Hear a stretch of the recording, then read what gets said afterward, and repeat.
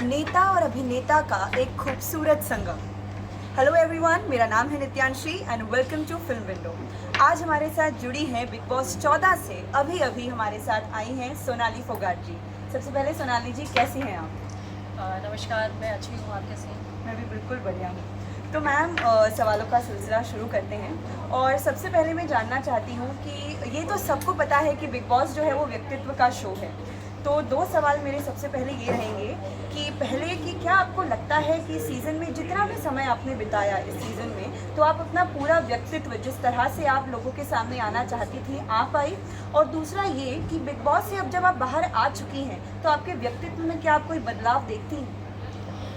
देखिए, मेरे व्यक्तित्व में बदलाव बिल्कुल नहीं है, क्योंकि मैं जब से राजनीतिक फील्ड से जुड़ी हूँ, एक्टिंग लाइन से जुड़ी हूँ, तब से ही मैंने बाहर की दुनिया को बहुत अच्छे से जाना है। मेरे अलग अलग तरह के अनुभव रहे और बिग बॉस में के घर में जाने से पहले मैंने कहा था कि मैं इमोशनल भी हूँ, और जब कुछ गलत चीज़ें होती हैं तो मुझे गुस्सा बहुत आता है और इतना बढ़ जाता है कि हदें पार हो जाती हैं। तो ये दोनों चीज़ें मेरे साथ हैं, वो कुछ काफ़ी हद तक आपको देखने को मिली भी। और अगर मैं बिग बॉस के घर में रहती तो कुछ लोग मुझे इतना टारगेट कर रहे थे, तो वो पता नहीं खुल के कितना बाहर आता, वो गुस्सा भी आपको बहुत ज़्यादा शायद देखने को मिलता। और जहाँ मेरे को रिस्पेक्ट उन लोगों ने दी और अपनापन दिया, उन लोगों के लिए मेरा प्यार भी आपको दिखा। जी। मैम, मेरा अगला सवाल आपसे ये है कि ऐसा सुनने में आया है कि आपको लगता है कि शो में फेवरिज्म या नेपोटिज्म या भेदभाव का जो पूरा एक फंक्शन है वो दिखाया जाता है। क्या अब भी आपका ऐसा मानना है शो से बाहर आने के बाद? हाँ, बिल्कुल। शो में मैंने देखा कि रुबीना और निकी के द्वारा मेरे साथ बहुत भेदभाव किया गया। मैं शो के लिए नहीं कहती ये बात, लेकिन शो में जो लोग हैं उन लोगों ने ज़रूर मेरे साथ किया। जैसे काम्या जी आई, काम्या जी ने वो टास्क को पूरा करने के लिए बिग बॉस ने कहा था कि इस समय एक सदस्य घर का छूट गया है। उन्होंने सवाल भी पूछा सबसे, लेकिन उस सवाल को काम्या जी ने पूरा नहीं किया, क्योंकि कहीं ना कहीं रुबीना जी से उनकी दोस्ती, एक साथ में शो करते वो लोग, रुबीना जी से बराबर वो बात करती रही। और जिन लोगों को, जैसे अली को जानती थी, अली से बात की। मैं जब ऐसे गेस्ट आते थे तो मैं बैठी रहती थी चुपचाप, क्योंकि मेरे से कोई बात नहीं करता था। मेरे साथ वहाँ पे भेदभाव काफ़ी हुआ है, और हर वीकेंड पे मुझे जब गेस्ट आते थे तब देखने को मिलता था। लेकिन शो के मेकर्स और शो को चलाने वाले लोग और सलमान जी, उनके बारे में कहूँगी कि उन लोगों ने मुझे जितना प्यार दिया। एक सलमान जी ऐसे शख्स थे जिनकी वजह से मैं शो में आई, और उन्होंने मुझे जो चीज़ें कही या उनसे जो मेरी बातचीत हुई, चाहे ऑन कैमरा चाहे ऑफ कैमरा, तो वो मेरे लिए बहुत बड़ी बात थी। उन्होंने मुझे इतना प्यार दिया, इतनी अच्छे से बातचीत की, और मैं जो जो चीज़ें बोली उनका बहुत अच्छे से रिप्लाई वो करते थे। और मुझे बहुत ज़्यादा उन्होंने शो में इन्वॉल्व रखा। तो उनकी खूबियों की मैं तारीफ़ करती हूँ यहाँ पे कि एक ऐसे इंसान से को भी मैंने देखने को मिला कि सलमान जी की वाक्य में जब लोग तारीफ़ करते हैं तो सच में वो ऐसे इंसान हैं। मैम, हमने सुना दर आपने कहा कि रुबीना जो हैं वो बहुत, उनमें चतुराई है, वो बहुत चतुराई से गेम खेलती हैं। लेकिन मैम, मुझे ये जानना है कि क्योंकि आप राजनीति से आती हैं और राजनीति में हम सब जानते हैं कि आगे बढ़ने के लिए अपनी चतुराई का इस्तेमाल बहुत करना पड़ता है, तो क्या आपको नहीं लगता कि जो आपके सपोर्टर्स ऑलरेडी थे, आपके जो फैंस थे, वो आपसे चतुराई और ज़्यादा एक्सपेक्ट करते थे इस गेम की तरफ? देखिए, एक तो होती है चतुराई। मैंने रुबीना जी के लिए कई शब्द इस्तेमाल किए। एक तो उनका घमंडीपन, घमंड उनमें कूट कूट के भरा हुआ है। और दूसरा, चतुर इसलिए कहती हूँ कि फरेब जो उन्होंने 2 टास्क मेरे सामने हुए, फरेब किया उन्होंने उसमें, जिसमें साफ साफ दिख रहा था राहुल वैद्य जो लीडर था उस टीम को, वो जीत रहा था। 157 और 133 नंबर में काफ़ी डिफरेंस होता है। लेकिन खाने की बात जो मुझे कहती है मैंने खाने का अपमान किया, उन्होंने सारे घर वालों को उस दिन खाने से वंचित रखा। अगर वो सेक्रीफाइस करती इस बात के लिए कि चलो मैं इस पे नहीं अड़ती हूँ, जबकि हमारी टीम जीती रही थी, वो कह रही थी ठीक है, लेकिन वो अड़ी, टास्क को रद्द करवाया और खाना किसी को नहीं मिला उन्हीं की वजह से। जब सिद्धांतों और नियमों की जो बात करती है, सिद्धांतों और नियमों की धज्जियाँ उड़ा देती है, वो जो अपने पे आती है उनको जीत हासिल होती हुई नहीं दिखती है, तो सिद्धांत नियम तेल लेने चले जाते हैं उनके लिए।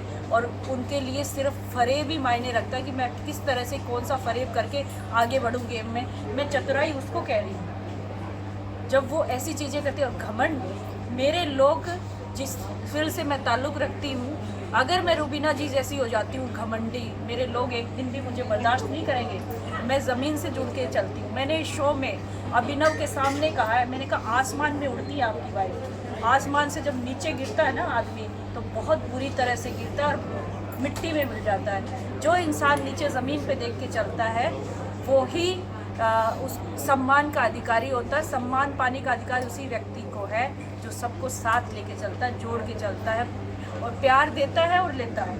अगर सम्मान और प्यार हम उम्मीद करते हैं हमें मिले तो हमें देना भी पड़ता है। पर सोनाली जी, हम आपकी शुरुआती दिनों में हमने देखा कि रुबीना का जो आपकी तरफ बर्ताव था वो बहुत प्रेमशील था, बहुत प्यार भरा था, और कहते हैं ना कि every action has a reaction. तो क्या आपको नहीं लगता कि आपने भी रुबीना जी को समझने में जो है कहीं ना कहीं चूक की?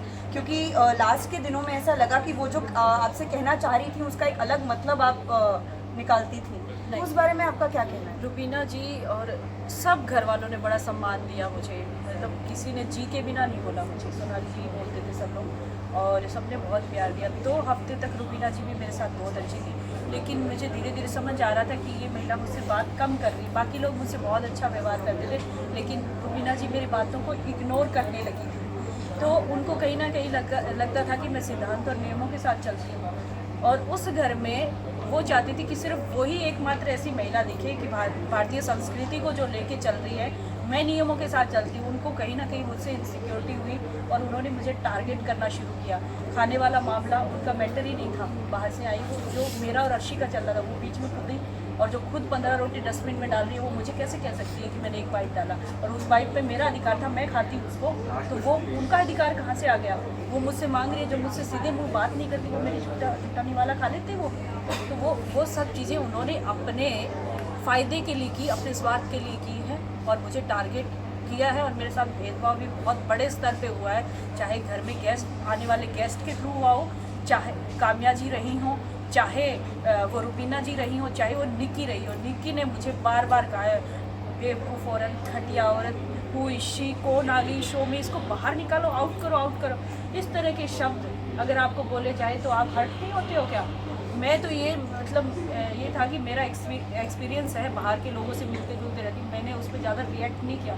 अगर मैं दिखाती अपना एग्रेशन उस पर, तो मैं उसको चीर फाड़ कर देती, उसको ऐसे चाटे माटे घुमा के दिमाग घुमा देती मैं उसका। मुझे भी गुस्सा आता है भाई, अगर कोई मुझे ऐसे बोलेगा, और मैं सच में मैं ऐसी हूँ, मुझे अगर कोई बोलता है तो मैं सच में चीर फाड़ कर ही देती हूँ। अगर मुझे कुछ गलत मेरे सम्मान को ठेस पहुँचाई जाती है तो मैं नहीं चुप रहती। और हरियाणा के लोग हैं ना, इसी बात के लिए फेमस है, वो अगर आपके साथ अगर कोई गलत व्यवहार करता है तो उसका मुंह तोड़ जवाब देते हैं, चाहे कुछ भी करना हो। क्या यही वजह तो नहीं कि आपकी जर्नी ख़त्म होने से जस्ट 1-2 दिन पहले हमने देखा कि आप जो हैं you got really emotional and you just vented out, आप रोने लगी। तो इतनी मेंटली आप क्या इफ़ेक्ट हो गई थी कि आपको आंसू मैं इफेक्ट इसलिए हुई कि मैंने उन लोगों को अपना माना था, और सारा घर एक तरफ हो गया था। एक रोटी का टुकड़ा जब डस्टबिन में गया, जब 15 रोटियां गई थी, जब बहुत सारा कुछ गया था, अर्शी का प्लेट पूरा उसमें डस्टबिन में गया था, तब कोई नहीं बोला मुझे, मैं रो रही हूँ। लोगों ने, ऑडियंस ने, उन घर वालों ने ये क्यों नहीं समझा कि कोई रो रहा होता है तो वो खाना उसके गले से नहीं उतरता। तो ये उन लोगों ने मुझे टारगेट किया, और ये सब चीज़ें मेरे साथ इसीलिए हुई।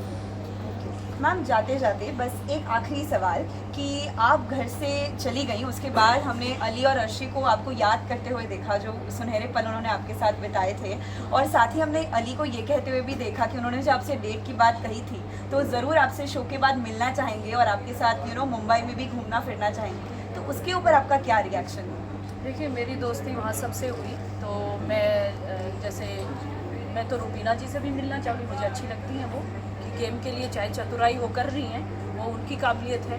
तो मैं वैसा ही सम्मान मैं अभिनव जी को भी देती हूँ, वैसा ही मैं इसको अपना राहुल वैद्य जो है और जैस्मिन है, सब लोग हैं। एक दोस्त के नाते मैं अली से भी मिलूँगी, बाकी लोगों से भी मिलूँगी, और बाकी जो बातें जो बहुत बड़े स्तर पे इसको घुमा फिरा दिया गया, और उसमें जैसे मेरा पसंद करना था उसको, उसकी अच्छी पर्सनैलिटी है, उसको देख के मैंने कह दिया मुझे अच्छा लगता है, बस इतनी बात थी। बाकी कोई मैं ऐसी चीज़ें नहीं सोचती कि हाँ मुझे उस हद तक जाना है, या मेरा काम अलग है उसका काम अलग है। Thank you so much Sonali ma'am. तो ये थी सोनाली फोगाट फिल्म विंडो पर। देखते रहिए फिल्म विंडो।